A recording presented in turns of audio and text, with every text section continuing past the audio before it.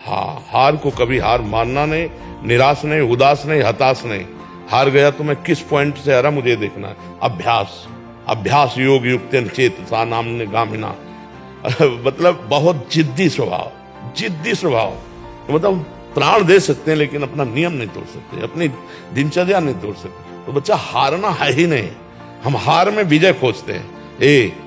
खिलाड़ी का गेंद जब ऐसे नीचे जाता है ना, तो ये ना समझे नीचे गया, वो नीचे से थपक मारेगा तो अपने लक्ष्य पे जाएगा। 1000 बार हारेंगे तो भी हम दौड़ पड़ेंगे अपने लक्ष्य की तरफ। हार कर नहीं बैठ जाएंगे कि यार 1000 बार हार गए अब क्या जीतेंगे। नहीं नहीं, हम हार को जीत में बदलेंगे। ब्रह्मचर्य में अपार सामर्थ्य है, अपार सामर्थ्य है।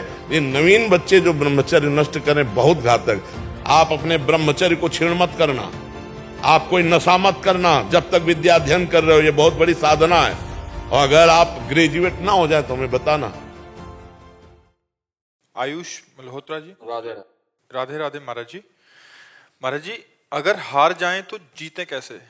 अपने ऊपर भरोसा कैसे करें? हमने तो हार कभी हार मानी नहीं, हजारों बार हार के अवसराय पर हार मानी नहीं। मुझसे जीत का एक इशारा माना।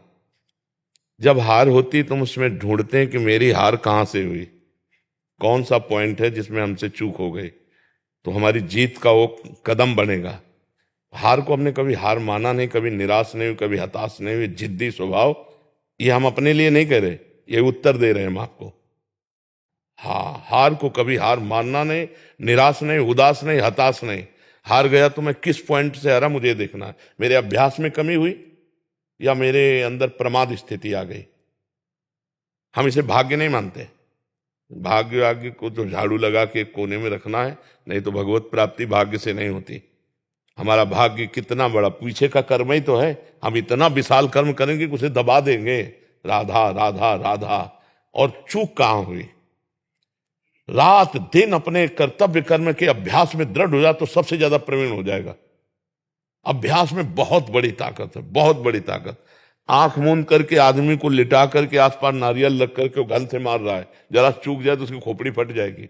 अभ्यास अभ्यास योग युक्तेन चेतसा नाम्ने गामिना। अर्जुन जी को अभ्यास से दिव्य बनना हुआ। जब देखा कि दीपक बुझ गया और भोजन का कवल मुख में ही गया, तो अर्जुन ने कहा ये ऐसा कैसे हो गया?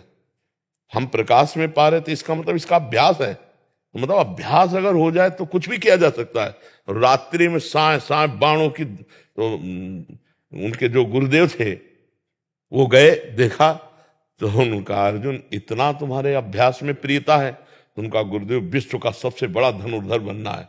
तो द्रोणाचार्य जी ने कहा मैं आशीर्वाद देता हूं तुम्हारे अभ्यास को देखकर कि विश्व में तुम्हारे जैसा धनुर्धर कोई नहीं होगा। तो हम भी भगवान के अंश हैं यार। हम थोड़ी चूक कर देते हैं, मनोरंजन के लिए हम ढील दे देते हैं, अपने अभ्यास में प्रमाद कर देते हैं। चाहे पढ़ाई हो, चाहे जो भी हो, हमको बिल्कुल उसमें तन्मय रहना है। राधा राधा राधा पढ़ाई हमारा कर्तव्य। तो हम इतनी मोटी ग्रंथ होगी, हम उसे कंठस्थ कर लेंगे, पूछो कहां से पूछोगे। पर यह तभी होगा जब ब्रह्मचर्य ठीक होगा, खान पान ठीक होगा, नहीं तो स्मृति का नाश हो जाता है ब्रह्मचर्य। आज जो नए बच्चे हैं ना, ब्रह्मचर्य का नाश मतलब स्मृति का नाश, दिमाग प्रमाद, गंदी बातें देखना, यही सब अच्छा लगेगा। और हम कह रहे ब्रह्मचर्य में इतनी ताकत है कि कोई भी बात आप सुनाओ और 10 दिन बाद आप पूछ लो आकर के, वही वैसे उस मिलेगी। तो हमें लगता है कि जैसे शरीर स्वस्थ है और ब्रह्मचर्य हो, तो ये तो बहुत छोटी छोटी किताबें होती, इतने मोटे मोटे ग्रंथ ऐसे पूरे याद हो जाते हैं दिमाग में। एक बार सुनाओ दिमाग में बैठ गए, क्योंकि स्मृति है। अब नए नए बच्चे गंदी गंदी बातें देखते हैं, गंदा भोजन करते हैं, व्यसन करते हैं, तो उनकी स्मृति पढ़ाई में कहाँ लगेगी? फिर तो गंदी गंदी बातों में लगेगी। वो फिर जब हार जाते हैं तो सोचते हैं कि शरीर को नष्ट कर दें, क्योंकि ताड़ना मिलती घर से कि इतने पैसे लगाए पढ़ाई में और ऐसा तुम कर दिए। तो माता पिता तो बड़ी मेहनत से कमा कर तुम्हें पढ़ा रहे हैं, तुम व्यसन आदमी ऐसे। तो हमें लगता है बच्चा कि अगर संयम से चला जाए तो जिस डिपार्टमेंट में हम हो, हम जान की बाजी लगाकर ऐसा अभ्यास करें, कौन किस में फेल हो जाएंगे। ये बाबागिरी कोई छोटी मोटी युद्ध वाली बात नहीं, बहुत बड़े युद्ध की बात है, बहुत बड़े युद्ध की बात है। ये कोई खिलवाड़ नहीं। जैसे अपने लोग बचपन से आए ना, भूख प्यास गर्मी सर्दी काम क्रोध लोभ मोह मद मत्सर, लोगों की गालियां, सामने से। तो हमें हारना नहीं। हम अपने उदाहरण से कहते हैं, अगर हम आज जरा सा अपने को स्वीकार कर लें कि मैं किडनी फेलियर आदमी हूं, तो उठने लायक नहीं हूं, उठने लायक नहीं। हार नहीं मानी, आज भी हार नहीं मानी। हम अपने समय से देखते हैं, हमें उठाओ, हमें स्नान करवाओ, हमें चलो, ले चलो, हमारी दिनचर्या चलेगी। मतलब बहुत जिद्दी स्वभाव, जिद्दी स्वभाव।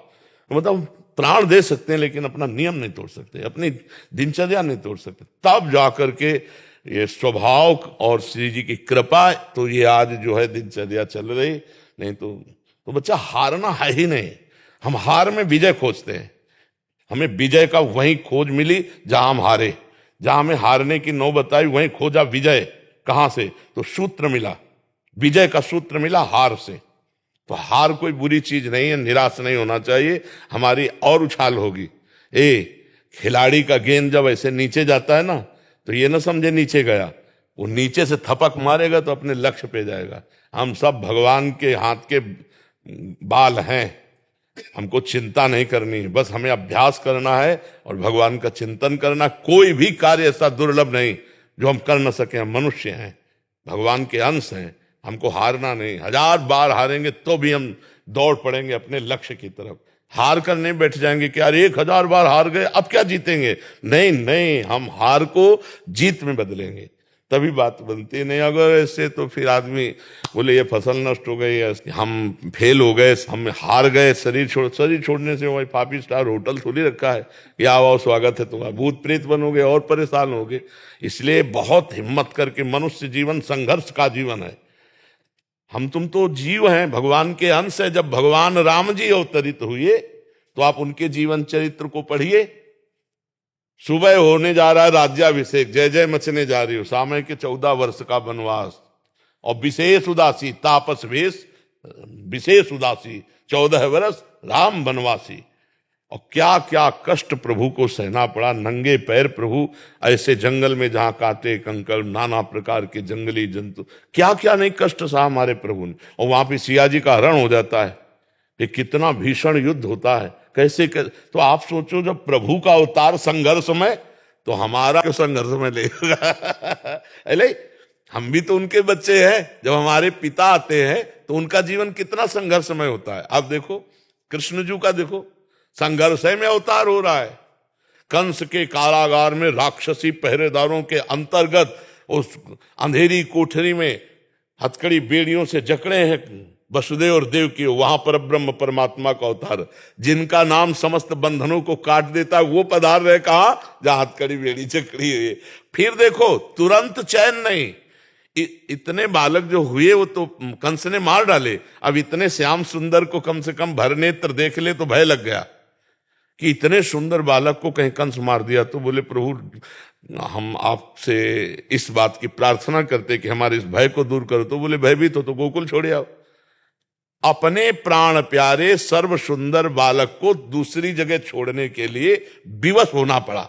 आप देखो भगवान वहां कितने दिन टिके ब्रज में, प्रगट लीला में 11 वर्ष।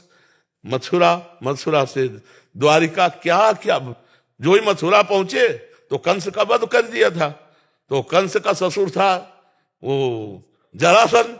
अरे 21 अक्षौणी सेना लेकर के, महाभारत में तो 18 अक्षौणी, 21 अक्षौणी सेना लेकर के 17 बार आया। फिर काली अवन आया, 18वीं बार भगवान भागे थे रण छोड़ भगवान, क्योंकि काली अवन को मरवाना था मुचकुंद के हाथ से। फिर सरकार का अंतिम जो लीला हुआ बाण संधान करके। तो आप सोचो जब भगवान अवतरित हो रहे तो इस संसार में उनको संघर्ष सहना पड़ा, तो हम तुमको सहना पड़े। हमारे तुम्हारे सामने तो इतने संघर्ष है नहीं। आराम से खूब बुद्धि को भगवान में लगाते हुए संघर्षों से लड़ना है। हमें ये नहीं सोचना हाय हाय क्यों विपत्ति आ गई। नहीं, विपत्ति आई तो हमको उससे गुजरना है, हमको उससे निपटना है। भगवान ने यही अवतार लेकर के सिखाया है। हम धैर्यवान बने, बुद्धिमान बने, पर इसके लिए भगवान का भजन चाहिए। भजन नहीं है तो फिर रुपया पैसा से धैर्य नहीं आता है। ये विवेक रुपया पैसा से बाजार में नहीं मिलता, ये सत्संग और भजन से प्राप्त होता है। विपत्ति, दुख और हार को बर्दाश्त करके आगे बढ़ने का जो उत्साह मिलता है वो अध्यात्म से मिलता है, वो लौकिकता में नहीं। महाराज जी, ये प्रश्न इन्हीं का नहीं है। आजकल के नए बच्चे जो पढ़ रहे हैं या किसी परीक्षा के लिए तैयारी कर रहे हैं या कहीं आर्मी में भी होना है, महाराज जी क्या इतना प्रयास कर लेते हैं तो सक्सेस मिलता नहीं है, फिर उसके बाद बहुत निराशा। हम ये कहते हैं प्रयास में सफलता है। हमारी बात हर विद्यार्थी अगर मान ले, हमें फिर इसका उत्तर दे, आप अपने ब्रह्मचर्य को क्षीण मत करना, आप कोई नशा मत करना जब तक विद्या अध्ययन कर रहे हो, ये बहुत बड़ी साधना है। और अगर आप ग्रेजुएट ना हो जाए तो हमें बताना। लेकिन 13-13, 12-12 वर्ष के बच्चे कुसंग के कारण, मोबाइल के कुसंग के कारण गंदे गंदे क्रियाएं करने लगे, गंदे गंदे आचरण करने लगे। अब ये फेल नहीं होंगे तो क्या होंगे? नहीं तो हमारी एक केवल बात समझ लें, ब्रह्मचर्य क्षीण होने मत देना और कोई नशा मत करना। फिर आपको देखो अपने आप ब्रह्मचर्य आपको पढ़ाई में न लगा दे तो बताना। आपको सच्ची कहते हैं कि इतना ब्रह्मचर्य में ताकत है कि जैसे चतुरासी जी है तो जोई जोई प्यारो करे से है ना, तो ऐसे पीछे से आज वह देखियो तो प्यारी रंग भरी, यहाँ जोई जोई प्यारो तक, जोई जोई प्यारो से वहां से वहां, जैसे 100, 99, 98, 97, 96, 95, 94, 93, 92, 91 बचपन में याद की थी गिनती, ऐसे उल्टा और सीधा दोनों तरफ से ग्रंथ याद, अमुक संख्या अमुक संख्या अमुक संख्या अमुक संख्या। हम अगर जिस कार्य में लगे तो उसमें तन्मयता, अब कैसे बताएं, सैकड़ों हजारों बच्चों में फैल गया है हस्तमैथुन, हजारों बच्चों में फैल चुका है। मुख्य कारण यही। हाँ, और मुख्य कारण यही, और डॉक्टर सपोर्ट करते हैं तुम्हारा स्वास्थ्य अच्छा रहेगा। हम अपनी किसानी भाषा में कहते हैं गेहूं की फसल, जो अगर कोई किसान हो, इनमें कोई किसानी जानता हो तो जानना, गेहूं की फसल जब गलेथ में आती है, गलेथ का मतलब होता बाली निकली नहीं निकलने वाली, और आप काट लो, ना भूस मिलेगा ना दाना, और 1 महीना और ठहर जाओ, बाली आ जाने दो, दाना पक जाने दो, तो 40 मन गिरेगा के। तो हम कह रहे हैं 20 वर्ष तक जवानी का गलेथ आता है, उसको ब्रह्मचर्य में रखो, उसको काटो मत। और 20 के बाद जब ब्याह करो तो 20-25 वर्ष तक आप संसार के खेल खेलो, आप देखो कोई परास्त नहीं कर सकता। हम अभी 13, 14, 15, 16, 17, हाँ, जवानी तो इधर उधर गंदी बातों में नहीं। तो हम कह रहे हैं कि ब्रह्मचर्य में अपार सामर्थ्य है, अपार सामर्थ्य है। ये नवीन बच्चे जो ब्रह्मचर्य नष्ट करें बहुत घातक। जैसे 20-21 के बाद ब्याह हो गया, अब उसके ब्रह्मचर्य कोई परिपक्व अवस्था आ गई, अब वो अगर गृहस्थी में प्रयोग भी करता है अपने ब्रह्मचर्य का तो 10-20 साल उसको चक्कर नहीं आएंगे, कोई परेशानी नहीं होगी। पर एक अपनी मर्यादा से जिसका पाणी ग्रहण किया, अब ऐसे पशुवत आचरण करोगे तब तो फिर नष्ट ही हो जाओगे। तो ये जो बच्चे फेल हो रहे हैं, इनके 2 कारण हैं, ब्रह्मचर्य का नाश और व्यसन।